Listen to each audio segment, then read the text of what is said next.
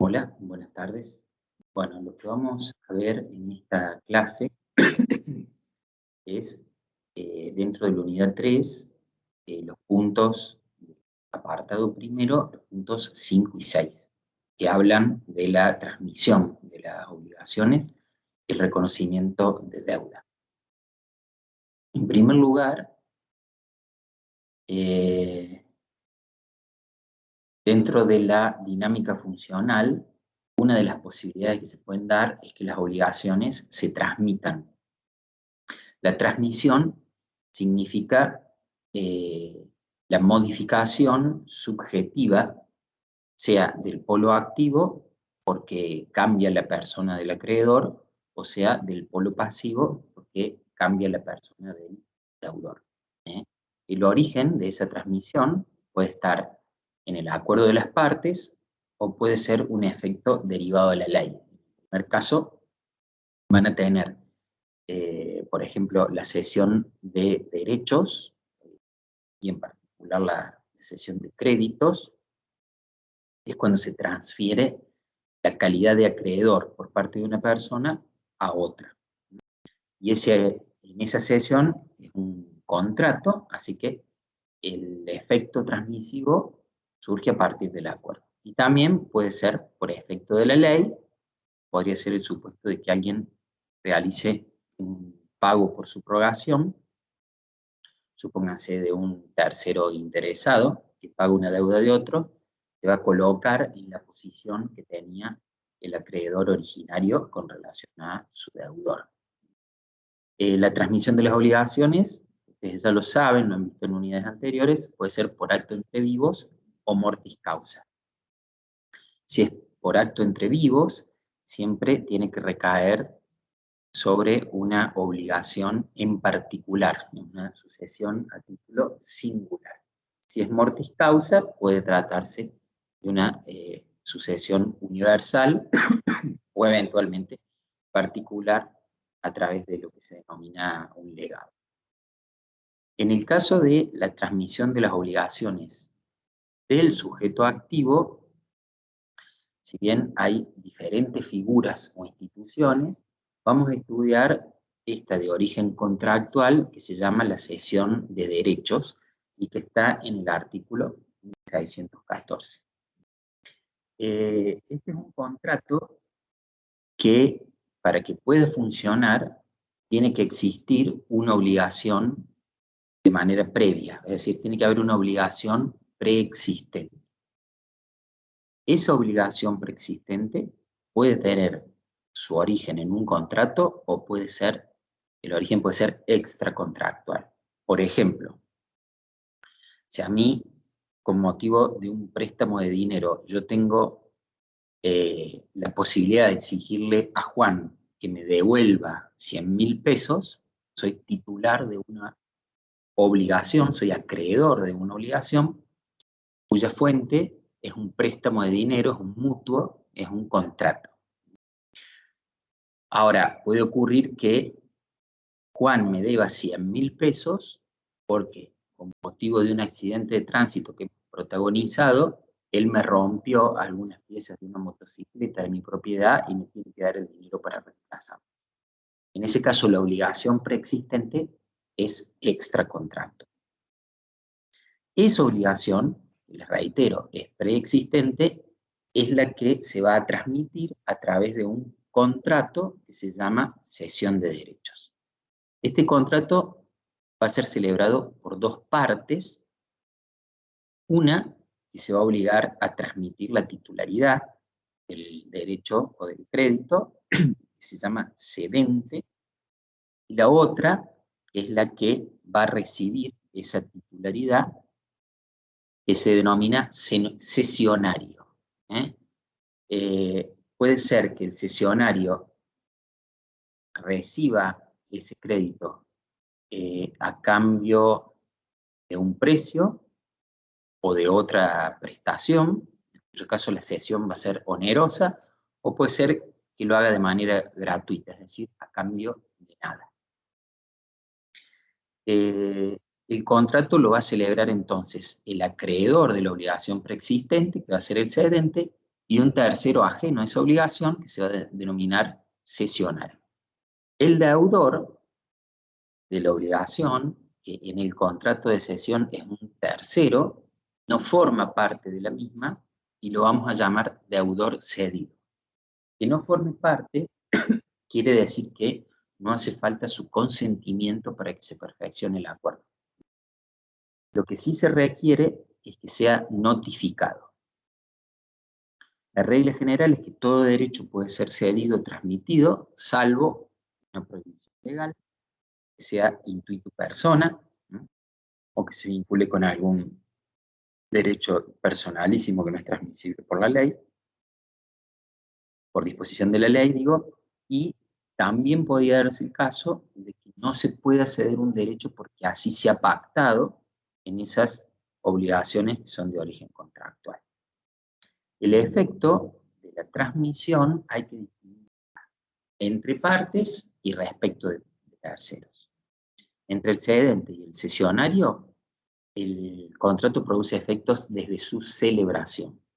Respecto de terceros, produce efectos desde la notificación al deudor cedido. Esto hay que hacer una aclaración acá. Ya lo vamos a ver cuando veamos lo que da de este contrato en particular, al final de la asignatura, que la cesión no solamente puede afectar al deudor cedido, sino que eventualmente podría perjudicar a otros terceros que tienen vínculos con las partes, serían, por ejemplo, los acreedores del cedente. La notificación al deudor cedido es central para que los efectos de la transmisión sean oponibles a los terceros, a todos los terceros, no solo a los que han sido notificados. O sea, es oponible al deudor cedido desde la notificación y también es oponible al resto de los terceros que podrían haber tenido algún derecho eventual sobre ese. Vamos ahora a ver la transmisión de las obligaciones cuando se modifica el sujeto pasivo, es decir, el deudor. Aquí, desde el punto de vista, desde el plano de los acuerdos, de los contratos, el código prevé tres figuras. Una que es parecida a la cesión de derechos, se llama cesión de deudas. No es exactamente igual porque acá se va a exigir que el cedido, en este caso no va a ser el deudor, sino que va a ser el acreedor, preste su conformidad a la cesión. Es decir, se trata de un contrato trilateral, requiere tres partes. El cedente, que es el deudor de la obligación existente, el cesionario, que es el que va a asumir esa deuda y va a ocupar el lugar del deudor, y el acreedor cedido, que tiene que prestar conformidad. Prestar conformidad es una cosa, liberar al deudor originario, deudor cedente, es otra distinta. Por eso es posible que el acreedor cedido preste conformidad y además libere al deudor cedente, en cuyo caso el único que va a quedar obligado es el cesionario, o puede ser que no lo libere y en cuyo caso el cesionario queda como un codeudor subsidiario, es decir, el acreedor que no libera al deudor cedente, primero va a poder ir contra el deudor y si no se puede cobrar, va a poder ir contra el cesionario como ese codeudor subsidiario. Para que haya liberación, esa liberación debe ser expresa. En cambio, el consentimiento del acreedor cedido con la conformidad a la cesión de la deuda, esa puede ser expresa o tácita. La asunción de deuda es otra figura, donde acá no se requiere el acuerdo de las tres partes, sino que el acuerdo es entre el tercero y el acreedor. Es decir, el deudor no forma parte de este vínculo de origen contractual. Ustedes me van a decir, ¿por qué un acreedor un tercero asumiría frente a un acreedor la obligación de otro. Bueno, puede ser por distintos motivos. Puede ser por un vínculo personal que tenga, con un ánimo de favorecerlo o darle una ayuda. Puede ser que haya entre ellos un acuerdo previo de otra índole que motive a que este tercero asuma una deuda ajena. Lo que la ley exige es que para que funcione la asunción de deuda, el acreedor debe liberar al deudor original. Si lo piensan en términos gráficos, en la cesión de deudas había tres partes que se vinculan entre sí. En la asunción de deuda hay dos, tercero y acreedor. Y por último, tienen la promesa de liberación, que es un acuerdo entre un tercero y el deudor sin la intervención del acreedor. En este caso, el tercero se compromete frente a aquel que debe a pagarle su deuda.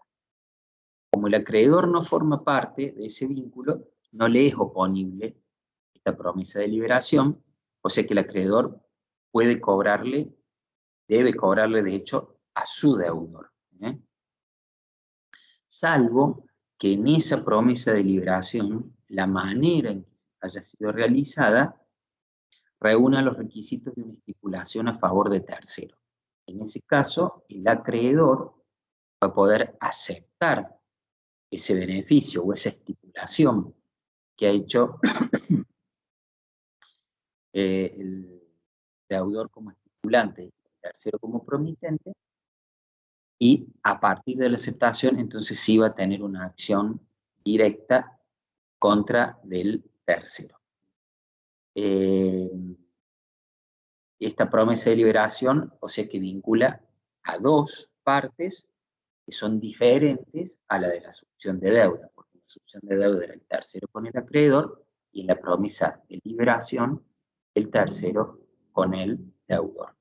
Y después tenemos el caso de otra figura contractual que es la cesión de la posición contractual. En este caso en particular, la obligación, digamos, que ustedes van a transmitir tiene origen contractual y de hecho se basa en un contrato con prestaciones recíprocas que están pendientes de qué son las prestaciones recíprocas. Ya lo hemos visto. Supónganse que en una compra-venta el vendedor ha entregado la posesión de la cosa, pero se trata de un inmueble y todavía no ha escriturado, y el comprador ha pagado parte del precio, pero no lo ha terminado de abonar totalmente. Por eso es que hay prestaciones que son recíprocas, de las cuales el vendedor, algunas de esas obligaciones es acreedor y otras es deudor, y el comprador pasa exactamente lo mismo. Entonces, el problema que se plantea acá es que yo voy a transmitir una posición que ocupo en un contrato que significa al mismo tiempo que soy acreedor de algunas cosas y deudor de otras. Y esas obligaciones están vinculadas por la causa, porque han nacido de manera conjunta y se explican las unas a las otras. Es decir, yo no puedo independizar la obligación de transmitir la propiedad de la obligación de pagar el precio. Porque yo no me voy a desprender de la propiedad si a mí no me pagan el precio. Entonces, en ese caso, las figuras de la cesión de derechos y de la cesión de deudas no se ajustaban exactamente a la operación, porque hay un fenómeno único en el nacimiento de las prestaciones recíprocas. Y por eso se utiliza un contrato diferente que se llama cesión de la posición contractual. En este caso está el contratante, que es el cedente. Supónganse en el ejemplo que el que transmite la posición es el comprador. Después está el cesionario, el contratante cesionario, que es el que va a ocupar la posición del contratante cedente. Y después va a estar el contratante cedido, que en el ejemplo que les estoy dando sería el vendedor. El contrato va a exigir que intervengan los tres, es decir, que los tres manifiesten su consentimiento. Va a tener una tendencia la ley, salvo que se haga reserva, a liberar al contratante cedente, es decir, una vez producida la cesión de la posición contractual, si ha sido admitida por el contratante cedido, el cedente queda liberado y solamente se va a entender con el cesionario. Ese efecto se explica por ese vínculo de las prestaciones, de las cuales el nuevo contratante que ocupa la posición va a ser tanto acreedor como deudor. Ya cuando veamos el contrato con más detenimiento en la unidad respectiva, vamos a ver cuál es el régimen, cómo se pueden hacer las reservas para no liberar al contratante cedente, etc. Pero la regla general es que esa cesión se produce. Bien. Y después tenemos, en el caso de las transmisión de las obligaciones que se dan por otros supuestos, el principal es el pago por subrogación. En el pago por subrogación, ustedes tienen un sujeto que es ajeno a la obligación inicial, digamos, a esa obligación preexistente, por eso lo vamos a llamar un tercero, y lo que hace ese tercero es pagar la deuda de otro, o sea, paga la deuda del deudor. Entonces, el efecto es que se va a subrogar en los derechos y acciones que tenía el acreedor, incluyendo los accesorios del crédito. Quiere decir que si el acreedor inicial tenía sobre esa obligación algún tipo de garantía, tenía el derecho a percibir intereses, tenía derecho a recibir una cláusula penal, etc. El tercero se va a colocar en la misma posición y esos accesorios y esas garantías van a subsistir, porque el pago por subrogación no va a extinguir la obligación con relación al deudor, sino lo que va a provocar es que este tercero ocupe la posición del acreedor. Y ahí se produce el efecto de la transmisión. Puede ser de origen legal o convencional, puede estar acordada, ¿sí? Y el tercero solo va a poder ejercer el derecho transferido hasta el valor de lo que él ha pagado, es decir, de lo que él ha abonado. No puede ir más allá de lo que él ha pagado.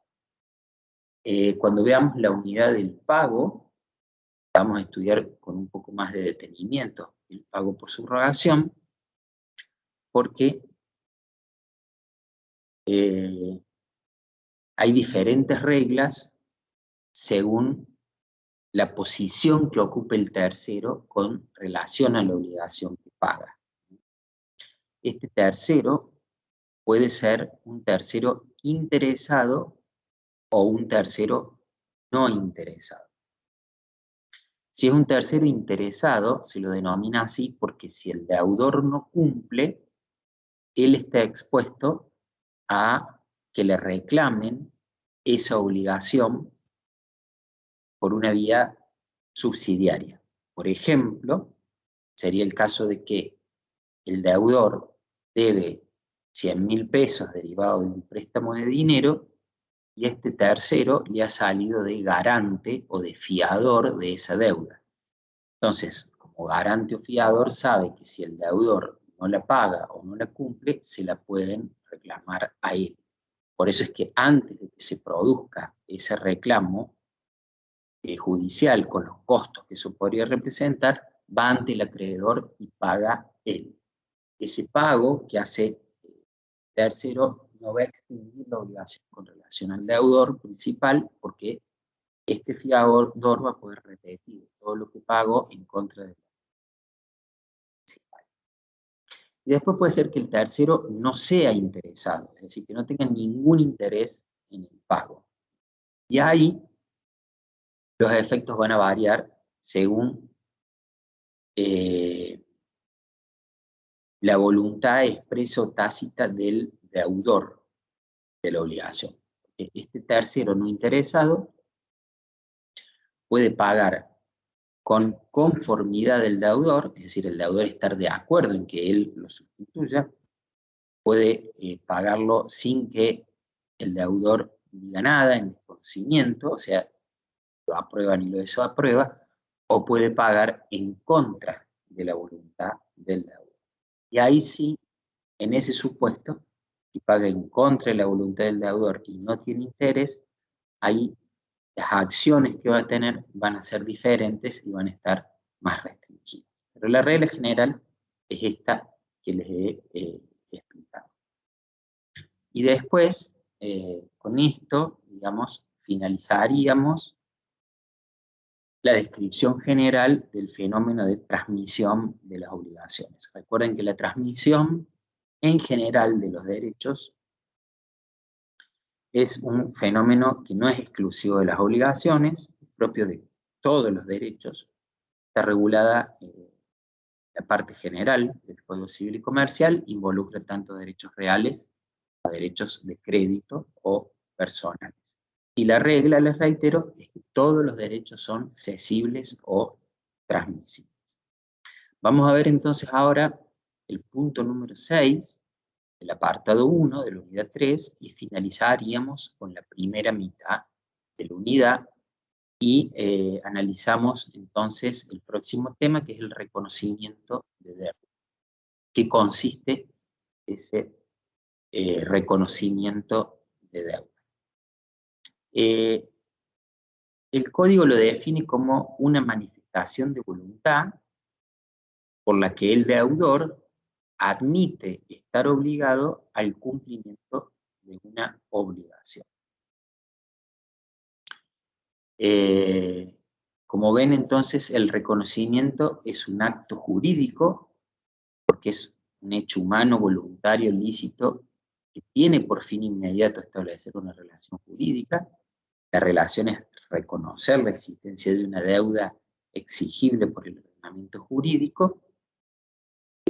Esa manifestación de voluntad puede ser expresa o tácita, puede ser que él, por ejemplo, envíe una misiva, un mensaje, una carta documento, que surge de manera expresa su condición de deudor, porque reconoce adeudar determinada suma de dinero, por ejemplo, o puede ser tácita cuando se comporta de la manera que solo se comportaría alguien que es deudor de esa obligación. También el reconocimiento de deuda se puede clasificar según en dónde sea manifestado o a través de qué instrumento, en judicial o extrajudicial. El judicial es el que se realiza en el marco de un juicio o una causa, y el extrajudicial es el que se hace con anterioridad al inicio del juicio.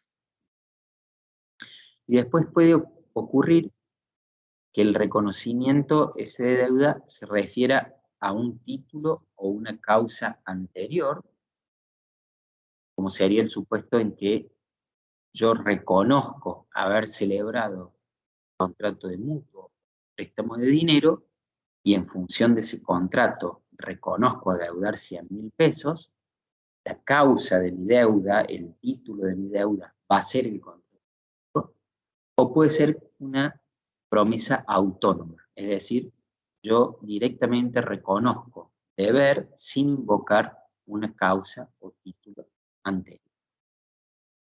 En todos los casos, a partir del reconocimiento de la deuda, se le facilita al acreedor la posibilidad de exigir el cobro, porque al estar reconocido expresamente, va a tener todas las acciones, tanto para asegurar el cumplimiento, las de garantía y las que se vinculan con la ejecución forzada de esas prestaciones. Con esto entonces terminaríamos la clase pasada, que había quedado esto pendiente, Y en la próxima clase veríamos el apartado 2 de la unidad número 3 con los medios, tanto judiciales como extrajudiciales, de aseguramiento del cobro y de ejecución. Muchas gracias.